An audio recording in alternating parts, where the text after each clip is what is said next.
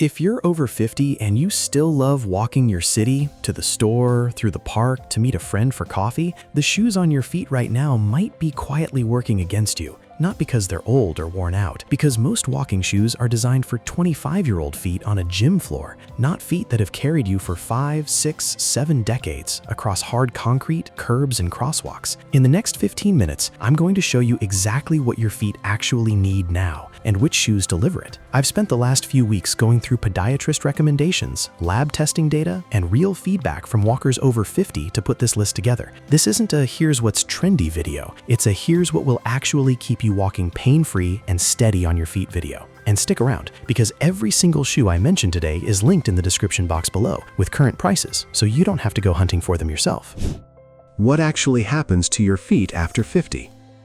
Here's something most people don't realize until it's already causing them pain. Your feet change with age, whether you notice it or not. The padding on the bottom of your foot, that natural fat layer that's been cushioning every step since you were a kid, starts to thin out. Podiatrists call this fat pad atrophy, and it's completely normal. But it means the ball of your foot and your heel are absorbing more shock with less natural protection, which is one of the biggest reasons people develop pain in the ball of the foot, a condition called metatarsalgia, as they get into their 50s and 60s. At the same time, your arches can start to flatten slightly, ligaments loosen a little, and for some people, joint changes like arthritis or bunions start to reshape the foot itself. None of this is a personal failing, it's just biology. And there's one more piece that matters even more for city walking specifically, your balance system. As we age, the nerve endings in our feet that tell our brain this is uneven ground or you're tipping slightly to the left become less sensitive. That's called proprioception, and it naturally declines with age. Combine that with a curb, a wet crosswalk, or an uneven sidewalk slab,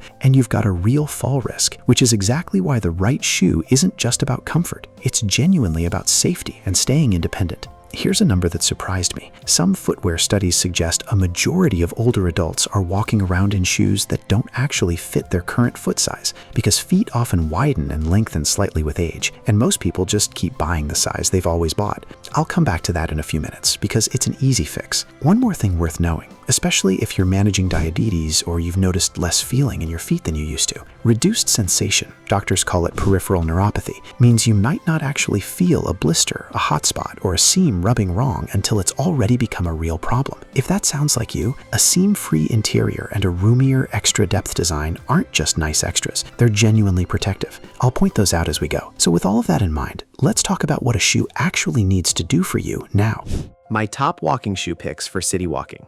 Quick note before I get into these, every shoe here is linked in the description below with sizing and current pricing, so you can go check them out right after this video, or honestly, pause right now and take a look. Best overall pick, Brooks Ghost Max 3. This is the shoe I recommend most often, and for good reason. It's got a soft, protective midsole that handles concrete well, a rocker-style sole that smooths out your natural walking motion so your ankles and knees do less work, and it comes in wide and extra-wide sizing for people who need extra room. It's also genuinely stable, not just cushioned, which is the combination you actually want for stepping on and off curbs. Runs around $160, and it's linked below, in both men's and women's sizing. Best for plantar fasciitis and heel pain. Vionic Walk Max. If you deal with that stabbing pain in your heel first thing in the morning, this is the one to look at. Vionic builds a firm, contoured arch support directly into the footbed, which takes pressure off the plantar fascia, that band of tissue on the bottom of your foot, in a way that a lot of regular sneakers just don't. Several podiatrists specifically point to Vionic when patients come in with this exact complaint, and the brand also uses moisture-wicking mesh and a firm heel counter, so you're getting arch support and stability in one shoe, rather than needing a separate insert.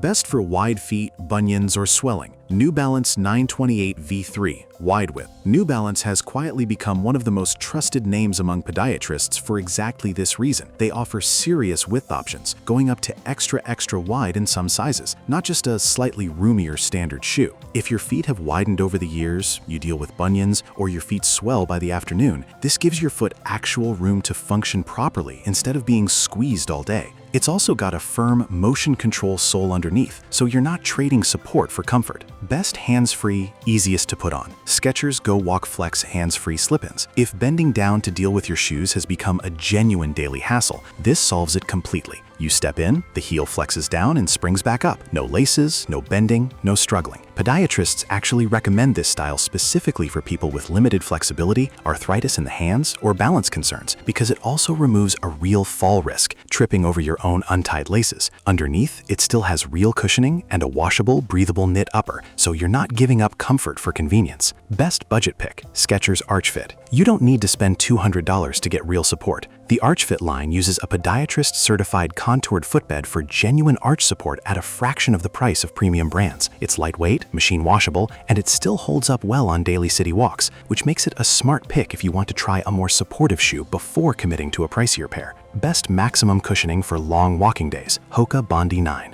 If you're doing a lot of walking, several miles a day, exploring the city, this is about as plush as it gets. Hoka built its whole reputation on thick, protective cushioning, and the Bondi is the softest landing you'll find without sacrificing stability, thanks to its wide platform base and rocker sole that rolls you smoothly from heel to toe. If your knees or hips tend to ache after longer walks, this is the one worth trying first. Best for wet sidewalks and extra stability, Asics Gel Kayano. Asics built this shoe specifically for stability, and independent lab testing has shown its outsole grips wet and slick surfaces significantly better than average, which matters a lot if you're walking through rainy city streets, over painted crosswalk lines, or across polished store floors. It's also got a supportive, structured heel and a wide midsole platform that helps keep your foot aligned and steady, which is exactly the kind of shoe I'd point to if you've ever felt a little unsteady stepping off a curb. That's 7 genuinely different options depending on what your feet actually need, not just what's trending this year. Links to every single one with sizing, colors, and current prices are right there in the description below. Segment 4. How to actually buy the right pair. A few things that make a real difference and cost you nothing extra. Shop or measure your feet in the afternoon or evening, not first thing in the morning. Feet swell throughout the day, so a shoe that feels perfect at 9 a.m. might feel tight by 3 p.m. Buying later in the day gives you a much more honest fit. Bring your actual walking socks and any orthotic inserts you use when you try shoes on. Trying a shoe on with thin dress socks and then wearing it with thick walking socks later is one of the most common fit mistakes.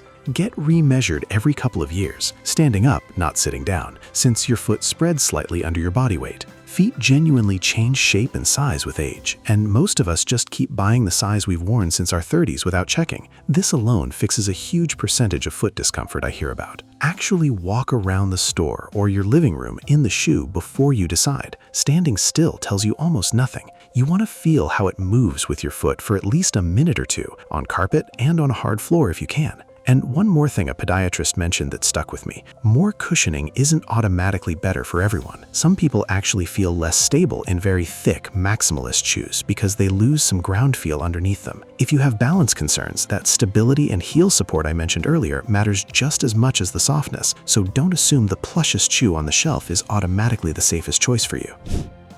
When to replace your walking shoes.